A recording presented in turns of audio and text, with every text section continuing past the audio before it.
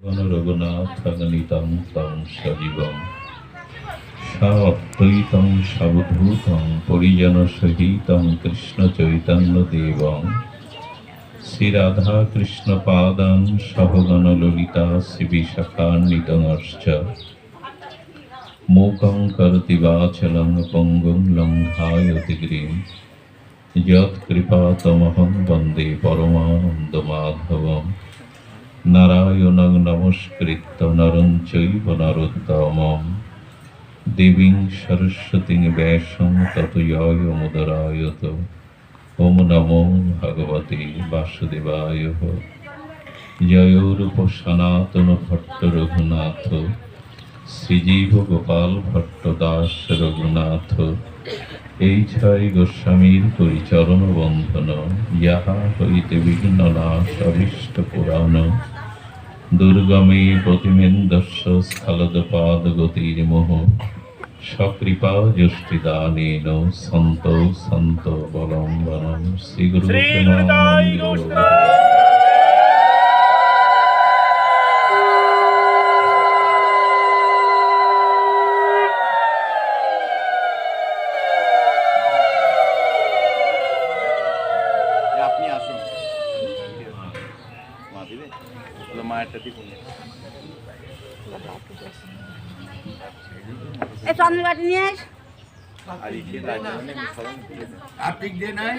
উনি দিচ্ছে একটা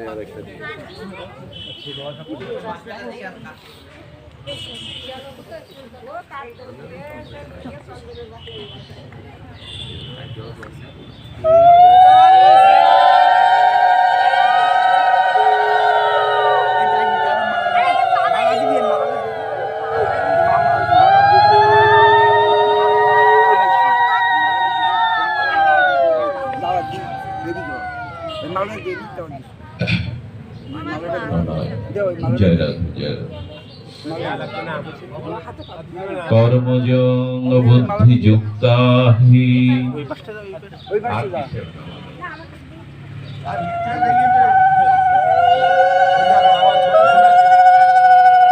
ফলং ত্যক্তা মনীষিণাঃ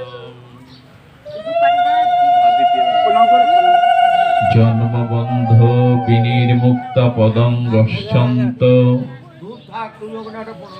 অনয় অয়ম। কলিযুগ পাবন অবতার পরম প্রেমময়, প্রেম পরতত্ত্ব সীমা, রাধা মাধব মিলিত তনু, পরম করুণা বরুণালয়। কলিযুগ জীবের একমাত্র আশ্রয় গতি। শ্রী শ্রী নদিয়ানন্দ আনন্দ কন্দ গৌর নিত্যানন্দের অপর অনুকম্পায়, শ্রী শ্রী রাধা মাধবের অহেতুকী করুণায়, শ্রী মাধব মাসিস্থ মধ্যাহ্নকালীন ভক্ত গৃহ শ্রী অঙ্গনে বিদেহী আত্মকল্যাণার্থে আজকের এই ভক্তি যজ্ঞের, ভাগবতী যজ্ঞের যে পরম আয়োজন, সেই পরম আয়োজনে এই মহামহেন্দ্রক্ষণে জীবন সর্বস্ব জীবনধন প্রাতঃস্মরণীয় পরম বন্দনীয় শ্রী শিল গুরু মহারাজের আতুল আতুল চরণারবিন্দে পরার্ধ কোটি দণ্ডবাদ প্রণতি। আজকের অনুষ্ঠানে যিনি আমাদের সকলের মধ্যমণি, সকলের বন্দনীয় স্মরণীয় পূজনীয় শ্রীচরণ, মোদীয় শিক্ষা গুরু পাদপদ্ম, অহেতুকী কৃপা মূরতি, দন্যের বিগ্রহ, দেবতা গোকুলানন্দ পাটবাড়ি আশ্রমে আচার্য শ্রীপাদ শ্রী শিল স্বপন গোস্বামী পাদ পদ্মে ভূ ভূ দণ্ডবাদ প্রণতি। মধ্যাহ্নকালীন সময়ে ভক্ত গৃহ অঙ্গনে যে সকল ভক্তবৃন্দ এসেছেন আমাদের মাঝে, শারীরিক অসুস্থ থাকা সত্ত্বেও যিনি এই অঞ্চলের ভাগবতের নাম মহামহিমা প্রচার করেছেন, শ্রী রঘুনাথ গুহ, তিনি আমাদের পরম পূজনীয়। তৎসহ সমাগত বৈষ্ণবজন, সাধুজন, জ্ঞানীজন, মহৎজন, শ্রদ্ধাশীলা দেবীমূর্তি কল্যাণীয় মাতৃগণ, সকল ভক্তচরণে সশ্রদ্ধ দণ্ডবৎ প্রণতি। কর্মজ বুদ্ধিযুক্তা হি ফলং ত্যক্তা মনীষিণম, জন্ম বদ্ধ বিনির্মুক্তা পদং গচ্ছন্ত অনয় অয়ম। ভগবানের শ্রীমদ্ ভগবদ গীতার এই চিন্ময় যে বাণী, সেই বাণীর সরলত্ব বলছেন, বুদ্ধি যোগযুক্ত জ্ঞানী পুরুষগণ কর্ম হতে উৎপন্ন ফলকে ত্যাগ করে। ধ্যান দিয়ে শুনুন স্বল্প সময়ের হরিকথা। আমাদের বুদ্ধিযুক্ত মনীষী বা বুদ্ধিমান ব্যক্তি তারা কি করে? কর্ম হতে উৎপন্ন যে ফল, সেই ফল ত্যাগ করে। কারণ এই ফল, কর্মের ফল যদি আমি ত্যাগ বা অর্পণ না করি, তাহলে সেই কর্মের ফলরূপ বন্ধন আমাকেই জন্ম মৃত্যু চক্রে বারবার আসতে হবে। দেখুন, যমুনা বয়ে চলেছে নিত্য নিরন্তর। গঙ্গা বা যমুনা বা স্রোতস্বিনী নদী, এটা নিত্য নিরন্তর বহমান, স্রোত বয়ে চলেছে। আমাদের জন্ম মৃত্যু, এই স্রোত, এটিও বয়ে চলেছে। কবে শুরু হয়েছে, কবে শেষ হবে জানি না। খুব ধ্যান দিতে হবে শব্দের দিকে। এই যে জগতে বারবার সুখ দুঃখ জরা ব্যাধি জন্ম মৃত্যু, এই যে স্রোত, এটি বন্ধ হওয়ার নয়। এটি অনাদিকাল হতে অনন্তকাল হতে আমাদের এই স্রোতে ভাসমান। এরে বলে কর্মফল। যতদিন কর্মফল আছে ততদিন এই জগতে আসা যাওয়া স্রোত থামবে না। তবে উপায় কি? উপায়টি আমরা এখন জানব শ্রী ভগবানের দিব্য বাণীতে।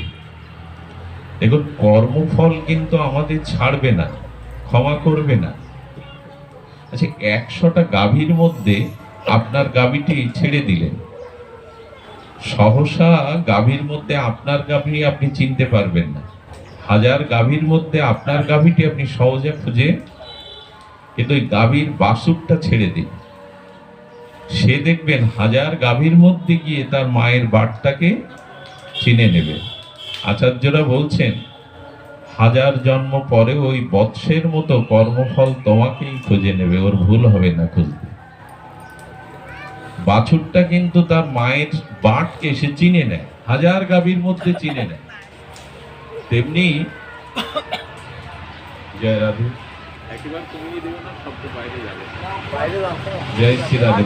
বক্সের শব্দ বাইরে যাবে না। জয় রাধে, জয় শ্রী রাধে। ঠিক আছে, আমরা আসতেই বলছি। তো ধ্যান দিন,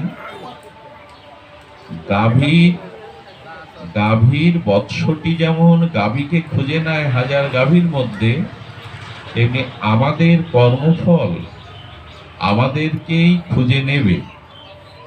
আচ্ছা, কর্মফল যদি ভোগ করতেই হয়, কর্মফল যদি আমাদের ক্ষমা না করে, তাহলে এই জন্ম মৃত্যু শেষ নাই। আর কর্মফলই যদি ভুগতে হয়, তাহলে ভগবানের চরণ আশ্রয় কিসের জন্য? তুমি দয়াময়, তুমি কৃপাময়, তুমি অহেতুক কল্যাণ গুণপেত ভগবান, তোমার চরণে যে আমরা শরণ নিয়েছি, তোমার ভজন সাধন করছি, তাহলে এর প্রাপ্তিটা কি? কর্মফলই যদি ভোগ করতে হয় আমার। কথাগুলি বড় মর্মস্পর্শী কথা, শুনতে হবে। দেখুন, মানুষের জীবনে নবগ্রহের একটা প্রভাব আছে। সে শনি হোক, রাহু হোক, এটা আমরা স্বীকার করি, শাস্ত্রও বলছে গ্রহের একটা প্রভাব আছে। কিন্তু তুলসীদাস গোস্বামী বলছেন, গ্রহ দোষ তোমার ক্ষতি করতে পারবে না।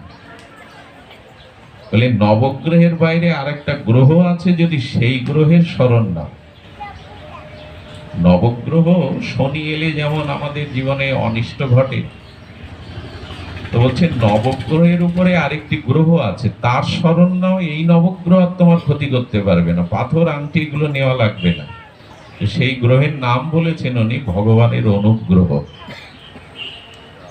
নবগ্রহ আছে তো, কিন্তু কেউ যদি ভগবানের চরণে স্মরণ নিয়ে ভগবানের অনুগ্রহ লাভ করতে পারে, তাহলে গ্রহ তাকে ক্ষতি করতে ভগবানের থেকে বড় কিছু আছে কি?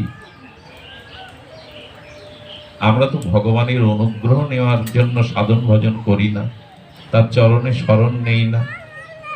এই নবগ্রহ দুর্বল হয়ে যায় যদি ভগবানের অনুগ্রহ তোমার জীবনে থাকে।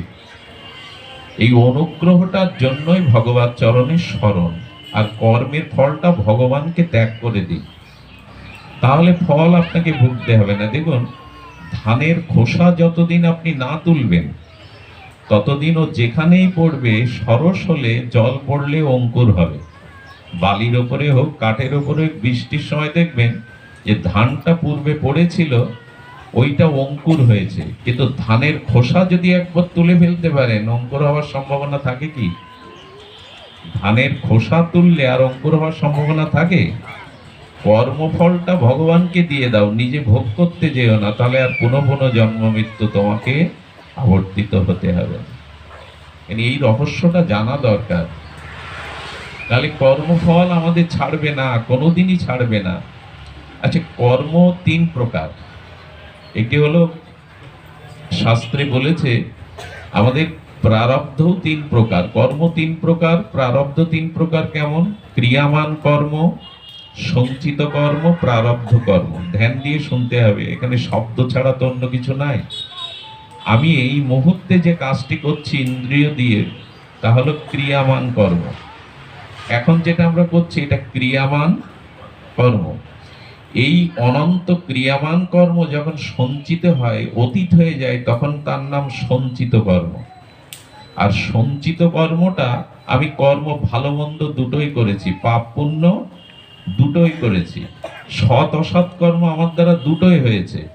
তো এই সঞ্চিত কর্ম যখন পাপ পুণ্য বা ভালো মন্দ, অনুকূল বা প্রতিকূল ফল হয়ে আমার সামনে আসে, সুখ বা দুঃখ হয়ে, আনন্দ বা বেদনা হয়ে, তার নাম প্রারব্ধ। কি কি বললাম? ক্রিয়ামান কর্ম, সঞ্চিত কর্ম আর প্রারব্ধ।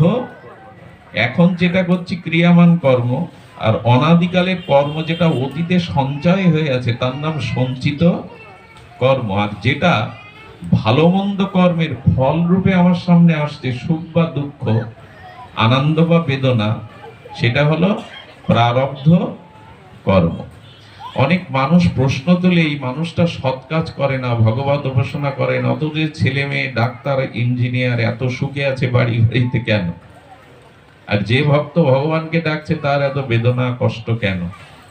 আসলে পূর্বের কোন কর্মের সুফলটাও এখন ভোগ করছে, এটা ফুরিয়ে গেলে আবারও পতন হয়ে যাবে।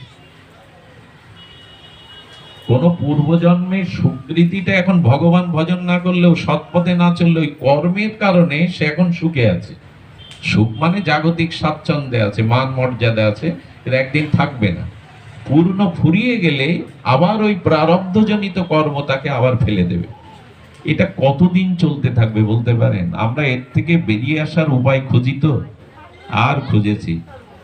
কর্ম যে কি তাও তো আমরা জানতে চেষ্টা করিনি সাধুর কাছে এসে, ভাগবতে এসে।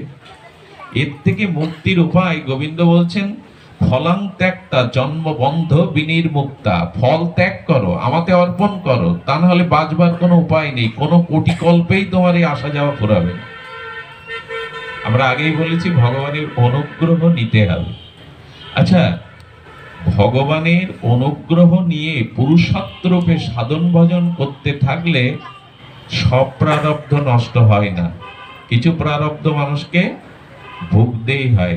বলে তাই যদি ভুগি তাহলে ঈশ্বর ঈশ্বর করে তার চরণে স্মরণ নিয়ে লাভ কি? এখন ভক্তি শাস্ত্র একটা কথা বলেছেন বাবা, ভক্তি শাস্ত্র বলছেন ভগবানের চরণে যে পূর্ণ সমর্পণ করতে পারো, তাহলে নিতান্ত প্রারব্ধ ভগবত ইচ্ছায় তোমাকে ভুগতে হবে না। কি বলা হলো? যদি সম্পূর্ণ সমর্পিত পুরুষার্থ নিয়ে ভগবানের চরণ আশ্রয় করতে পারেন, তো যেটা অবশ্যম্ভাবী প্রারব্ধ সেটাও আপনাকে ভুগতে হবে না। একটা দৃষ্টান্ত মনে হয় আপনাদের জন্য খুব প্রযোজ্য হয়, আমাদের জন্য। জজ কোর্ট থেকে যে রায়টা দিল, এই রায়টা না মানতে পারলে হাইকোর্টে চলে যায়। হাইকোর্টেও যে রায় বহাল থাকে সেটাও যদি আপনি না মানতে চান তাহলে সুপ্রিম কোর্টে যেতে হবে। সুপ্রিম কোর্ট বেঞ্চ যদি আপনাকে ফাঁসির আদেশ দিয়ে দেয়, আর কোনো কোর্ট আছে কি? বলছেন যে এইখানে বিচার কার্য, কোর্টের কার্য শেষ, বিচার বা দেশের আইনের কার্য সুপ্রিম কোর্ট পর্যন্ত শেষ, কিন্তু একজন ব্যক্তি এই দেশে আছে, তিনি যদি চান সুপ্রিম কোর্টের আদেশের উপরেও তিনি তার ক্ষমতা বলে ওকে মুক্ত করে দিতে পারেন। এটা একজন রাষ্ট্রপতির বিশেষ ক্ষমতা।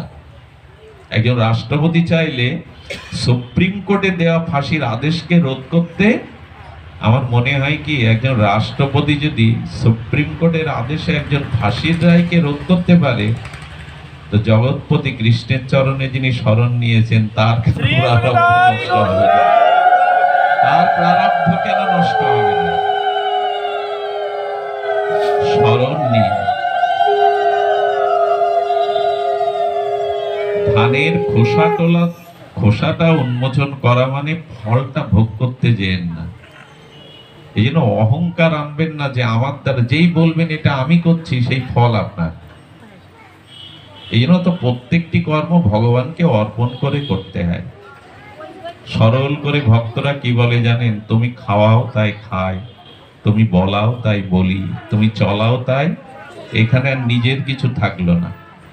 এই জন্য গোবিন্দ বলছেন আমার প্রতি সমর্পণ করো, সর্বধর্মান পরিত্যাজ্য মাম একাং শরণাং ব্রজ। তারপর আর তোমার চিন্তা নেই, ভার আমি নিয়ে নিলাম। তোমার পাপের ভারও অহংকাং সর্ব। কত বড় ভরসার কথা, আমরা ভরসা করতে পারলাম। তোমার পাপের ভারও আর তোমায় নিতে হবে না, কর্মর ফলে নিতে হবে না, তোমার সব ভার আমার। এই কথা ভগবান নিজে বলছেন, তারপরেও শরণাগতিতে আসতে পারলাম না। দেখুন, প্রারব্ধ ভগবানের স্মরণে যায়। দুটো দৃষ্টান্ত দিচ্ছে আমাদের রাধাকুণ্ডে বাবা। এই যে রাধাকুণ্ড শ্যামকুণ্ডের সঙ্গমের স্থলে এক মহাত্মা থাকতেন। তো উনি সকাল মানে ভোর থেকে রাত 9টা পর্যন্ত একটানা ভজন করতেন, তারপর একটু ঘুমাতেন, আবার 4টায় উঠতেন। এত ভজন নিষ্ঠা।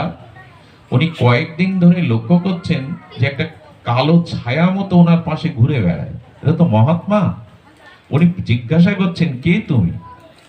বলেন, দেখো তোমার প্রারব্ধ কিছু রোগ ভোগ আছে, আমি সেই প্রারব্ধ তোমার মধ্যে ঢুকতে আজ কদিন চেষ্টা করছি, কিন্তু নিত্য নিরন্তর তুমি ভগবানের এমন ভজন করো, আমি তোমার মধ্যে ঢুকতেই পাচ্ছি না। কালকল্প নয়, রাধাকুণ্ডে ঘটে যাওয়া ঘটনাটি শোনেন। তো বলছে, দেখো প্রারব্ধকে আমি নষ্ট করতে চাই না, তো তুমি আমার শরীরে এসো, এটা একটু বলো তো আমার প্রারব্ধ কয় বছর? বলে, রোগাক্রান্ত হয়ে 12 বছর আপনার প্রারব্ধ ভোগের কথা। বলো, অত সময় আমি তোমায় দিতে? বাবা বলছেন, ভজন ছাড়া এই রোগের ভোগের এই সময় আমি তোমায় দিতে পারবো না। বলেন, তাহলে 12 মাস সময় দিন, প্রারব্ধ তো একেবারে নষ্ট হয় না। 12 মাস সময় দিন, 12 বছর থেকে 12 মাসে চলে এসছে, প্রারব্ধের সাধ্য না এর মধ্যে ঢুকবে। কি আশ্চর্য ভজনের মহিমা! তখন বলছে, 12 মাসও আমি পড়ে থাকতে পারবো না গোবিন্দের রাধারানীর ভজন ছাড়া। বলে, 12 দিন দিন। বলে, ওটাও আমার পক্ষে অসম্ভব। শেষে 12 ঘন্টার অনুমতি দিলে, এসো আজ রাত 9টায় তুমি আমার শরীরে প্রবেশ করবে। বেশি দিন আগের কথা না, ওই 12 ঘন্টা নারকীয় তীব্র যন্ত্রণায় ছটফট করেছিলেন উনি। পরের দিন সকাল 9টাতে ওই প্রারব্ধ ছেড়ে যায়। উনি জানিয়ে গেলেন, গোবিন্দের শরণ নিলে যেখানে পাটা কেটে যাওয়ার কথা, হয়তো একটা আঙুল কেটে যাবে, ভুগতে হবে। তবে যেমন কিরকম জানেন, ডাক্তার অবশ করে যখন অপারেশন করে না, তখন ওই ব্যথাটা বোঝা যায়। এই সময় ও তো কাটছে, অপারেশন করছে ডাক্তার, কাটছে, কাটাছেড়া করছে, কিন্তু ব্যথাটা বোঝা যায়। গোবিন্দ বললেন, আমার শরণ যারা নেয় তাদের প্রারব্ধ আসে, তবে অবাস করার মতো প্রারব্ধটা কেটে যায়, তারা বুঝতে পারে না। তাদের কষ্টটা আমি কম দেই, তাদের কষ্টটা আমি কম দেই। দেখুন, ভগবানের চরণাশ্রয় করলে কি হয়, ভজন করলে কি হয়। একটা হাঁড়িতে দুগ্ধ কেউ জাল দিচ্ছেন, কথাগুলি খুব দার্শনিক কথা, একটু মর্ম স্পর্শী কথাগুলো মরমে নিতে হয়। ভগবানের আশ্রয় কেন স্মরণ বরণ করবেন, ভগবত ভজন কেন করবেন? সেই দুধটা উড়লে যাচ্ছে হাঁড়ি থেকে।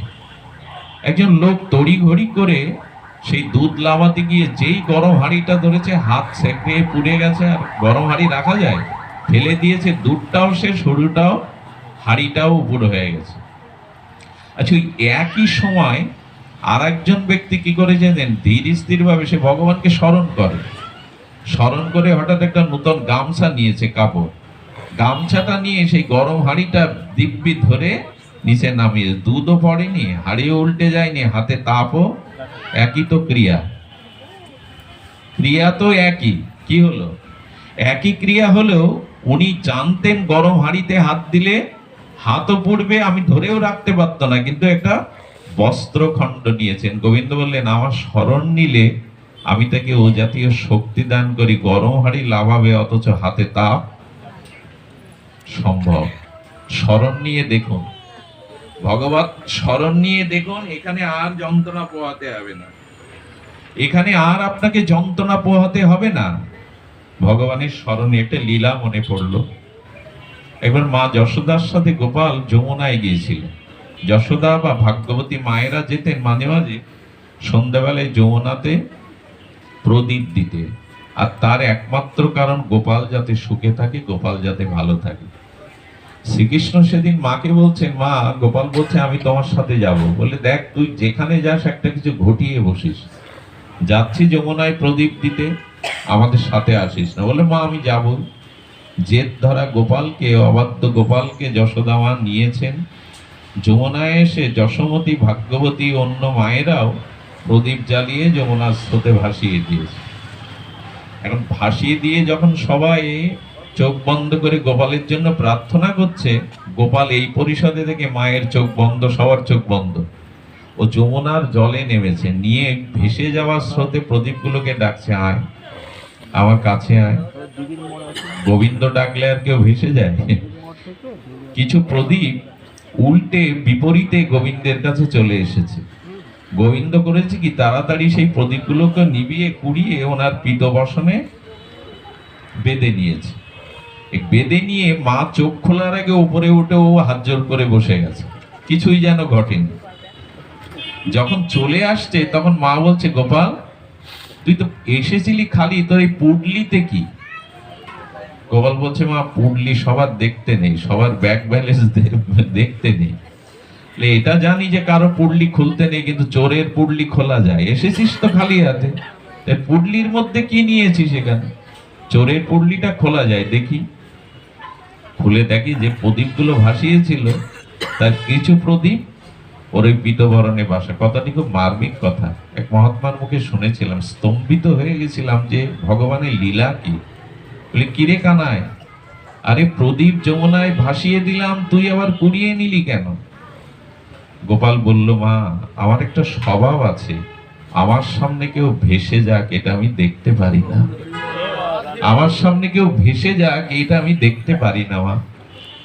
ভগবানও চান না আমরা তার থেকেই এসেছি, আমরা তার অংশ। আমরা এই জন্ম মৃত্যু চক্করে ভাসবো, এটা ভগবানের ভালো লাগে না। এই জন্য তিনি গীতা রূপে, ভাগবত রূপে, হরিনাম রূপে, সাধু রূপে আমাদের ডাকেন, আয় চলে আয়। আর কতকাল ভাসবে এখানে? আসলে এই সংসার শান্তির জায়গা নয়, এটা চিরস্থায়ী জায়গা নয়, এখানে কেউ কারো নয়। এই জন্য এই ভেসে যাওয়া জীবকুলকে ভগবান ডাকেন, ফিরে আয়, আমার কাছে ফিরে আয়। আচ্ছা, যশোদা বললে, তো সব প্রদীপগুলোকে কেন নিলি না? অল্প কেন নিলি? সব তো ভেসে যাচ্ছে, সবাইকে নিতে পারতিস। গোপাল বলল, মা, সবাইকে আমি নিতে চেষ্টা করি, আমার ডাকে যারা সাড়া দিয়ে আমার কাছে আসে আমি তাদের নেই, যারা আমার ডাকে সাড়া দেয় না তারা তো ভেসেই যায়, তাদের আমি নিতে পারি না।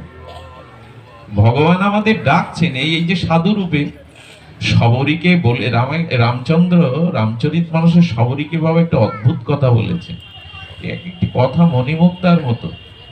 শবরী বলছে, প্রভু, প্রথম ভক্তি কোনটা? নববিধা ভক্তি, কিন্তু প্রথম ভক্তি কোনটা আমায় বলো। শবরীকে অদ্ভুত ভাবে রামচন্দ্র বলেছিলেন, তবে শোনো।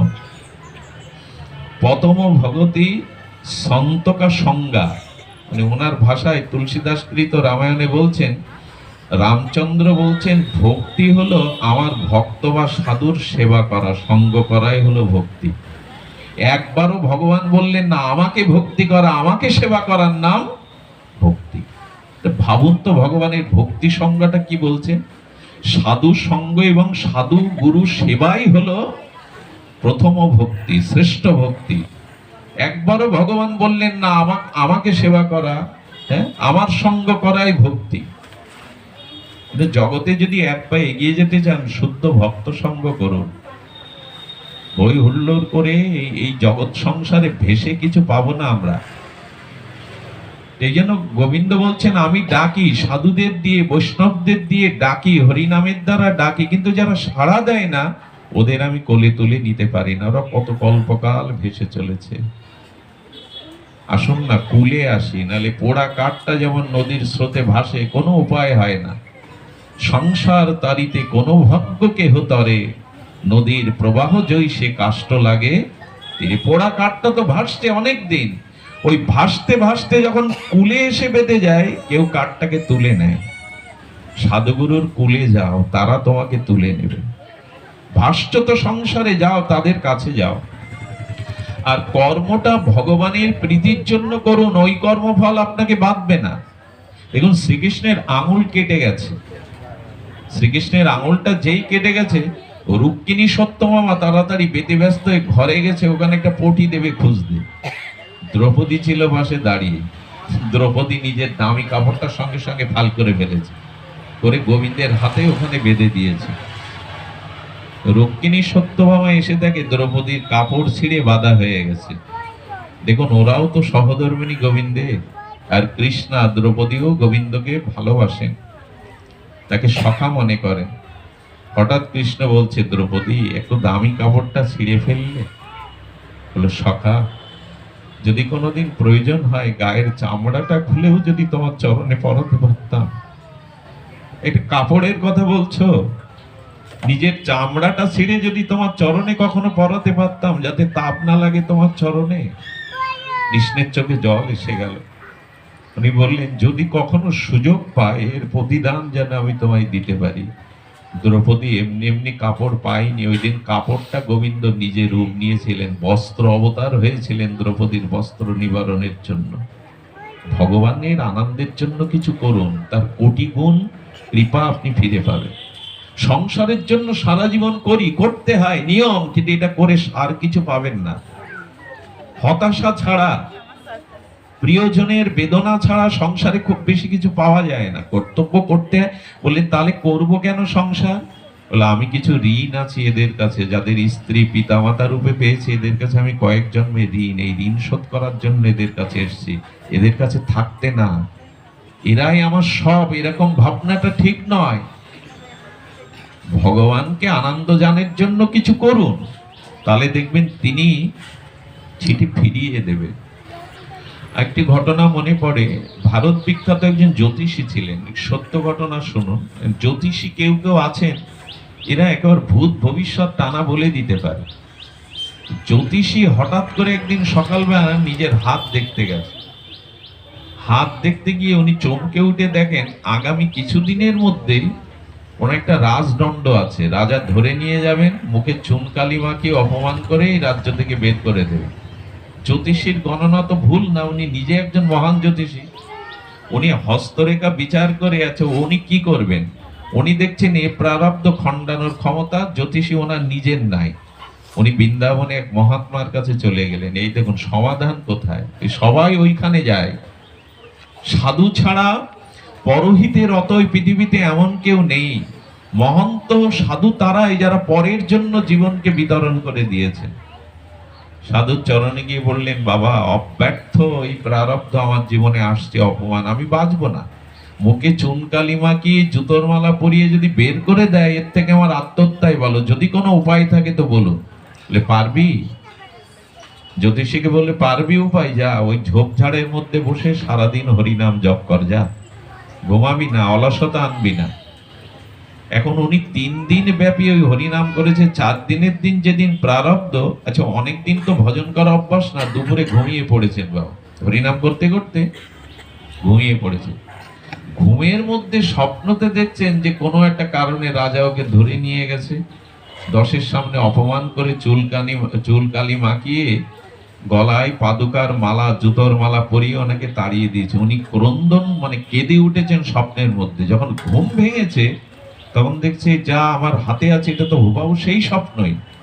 সাধুর কাছে ফিরে গেলে বললে, সাধু হেসে বললেন, যা বেটা, এই হলো ভগবানের চরণে শরণ নেওয়ার ফল। যে প্রারব্ধটা তোর বাস্তবে ঘটতো সেটা তোর স্বপ্নের মধ্যেই ভগবান ঘটিয়ে নিলেন, যা বেঁচে গেল। এটা সম্ভব। কর্তুম অন্যতা কর্তুম সর্বদা কর্তুম, ভগবানের পক্ষে সব সম্ভব, সব সম্ভব। এখানে বিষ অমৃত হয়ে যায়। ভগবানের চরণ, ভগবানের বদন এমন যে বিষ অমৃত হয়। কর্মফল একমাত্র ভগবানের চরণে শরণ নিলেই কেবল একটা নিষ্কৃতি আমরা পেতে পারি। এছাড়া দ্বিতীয় কোনো পথ খোলা নাই, দ্বিতীয় কোনো পথ আমাদের খোলা নাই। তাই জীবনে যা ঘটুক ভগবত চরণকে আশ্রয় করাই হলো আমাদের একান্ত কর্তব্য। ফলং ত্যক্তা জন্ম বন্ধ বিনির মুক্তা। গীতার এই মহাবাণী, কর্মফল আমাকে অর্পণ করে আমার প্রতি ভরসা করে রাখো, আমার প্রতি একাত্র নির্ভর করো, সমর্পণ করো। মনে পড়ে বিষ্ণুপুরের রাজার কথা, ব্রিটিশ আমল তখন। আমাদের ভক্ত চরিত্র লিখছেন যে বিষ্ণুপুরের রাজা বড় গৌর ভক্ত ছিলেন। মহাপ্রভু নিতাই চাঁদের নামে, হরি নামে সর্বদা রত থাকতেন, রাজকার্য করতে হয়। ব্রিটিশ সেনারা যখন আক্রমণ করলো বিষ্ণুপুর, তখন কি বলবো, সেনারা এসে বলছে হাজার হাজার ব্রিটিশ সেনা কামানের সামনে আমরা কিছুই না, তা আপনি আত্মসমর্পণ করুন। বলে, ওরে আত্মসমর্পণ যদি করতে হয় আমার ভগবানের চরণেই করব। অস্ত্র ফেলে দে, আয় মন্দিরে আয়। মন্দিরের দুয়ার দিয়ে সামনে ব্রিটিশ সেনারা আসছে, কামান দাগিয়ে উনি হরিনাম করতে লাগলেন। কত বড় আত্মবিশ্বাস ভগবানের প্রতি। 1 ঘন্টা পর একজন এসে বলছে, রাজা বড় সুসংবাদ হলো, ব্রিটিশ সেনারা কেউ হত হয়েছে, কেউ আহত হয়ে সবাই পালিয়ে গেছে। বলে, কারণ যুদ্ধ করলো কে? বলে, আপনাদের পূর্বপুরুষের দুটো অকেজো কামান ছিল সামনে, সে কামান দুটো আজও আছে। সেই কামান দুটো থেকে দুটো ছেলে এসে, একটা শ্যামল বর্ণ একটা শ্বেত বর্ণ ছেলে এসে কামান ডাকতে লাগলো। সেই কামানের গোলাতে ব্রিটিশ সেনারা পরাজিত হয়ে চলে গেল। এসে দেখলেন সেই কামান থেকে তখনও ধোঁয়া বেরোচ্ছে। কৃষ্ণ বলরাম নিজেই দায়িত্ব নিয়েছিলেন সেদিন যুদ্ধের। ও তো সমর্পণ করে আছে, ভগবানই এসে দায়িত্ব নিলেন। নিবেদন করব, জীবনটা ভগবানের চরণে সঁপে দিন, আর পারলে নিত্য নিরন্তর ভগবানের নামটা চলতে ফিরতে সাথে নিন। আর এই ভক্তি, এই মনোভাব, এই সমর্পিত ভাবনা আপনার কোনোদিনই জাগবে না যদি সাধু সঙ্গ না করেন, সাধুমুখে হরিকথা শ্রবণ না করেন। মানুষ অনেক জ্ঞানী হতে পারে, অনেক পণ্ডিত হতে পারে, মানুষের অনেক কিছু জানা থাকতে পারে, কিন্তু যতদিন সাধু কৃপা না পাবে, মহৎ কৃপা না পাবে, সাধু সঙ্গ না করবে, ততদিন মানুষের এগিয়ে যাওয়ার পথ রুদ্ধ। এই জন্য ভক্ত সঙ্গই হলো ভক্তি লাভের একমাত্র উপায়। সবশেষে এইটুকু বলি, পিতৃভক্তি পিতার কাছে থাকে না, পুত্র কন্যার কাছে থাকে। স্বামী ভক্তি স্বামীর কাছে থাকে না, স্ত্রীর বা সহধর্মিনীর কাছে থাকে। গুরু ভক্তি গুরুর কাছে থাকে না, শিষ্যের কাছে থাকে। ভগবত ভক্তি ভগবানের কাছে থাকে না, ভক্তের কাছেই থাকে। তাই সাধু সঙ্গ নিন, ভক্ত সঙ্গ নিন। আজ এখানে আসতে পারাটা আমার জন্য খুব গর্বের, খুব আনন্দের। কেন বলছি, আমার গুরু মহারাজের সাথে আমাদের প্রয়াত সাধন মাস্টার মহাশয়, তিনি বুধাটাই যেতেন। আমি তখন খুব ছোট, 30-35 বছর আগের ঘটনা। উনি গীতা পাঠ, গীতাশ্রী বলতাম আমি ওনাকে, মানে গীতার উপরে ওনার এতটা দখল ছিল, এত সুন্দর করে গীতা পাঠ করতেন। আমার মনে আছে 10-12 বছর বয়সে মোহনলাল দেবনাথের গৃহে উনি পাঠ করছিলেন। আমি দূরে দাঁড়িয়ে দাঁড়িয়ে, আমিও ছোটবেলা থেকে গীতাকে বড় ভালোবাসতাম। তো গীতা পাঠ শুনে সেদিন ওনার প্রতি আমার নিজের অনেক শ্রদ্ধা এসেছিল। বাবার সাথে উনি সঙ্গ করতে যেতেন, একসাথে অনেক জায়গায় হরিকথা বলার ভাগ্যও পরবর্তীতে পেয়েছি গুরু কৃপায়।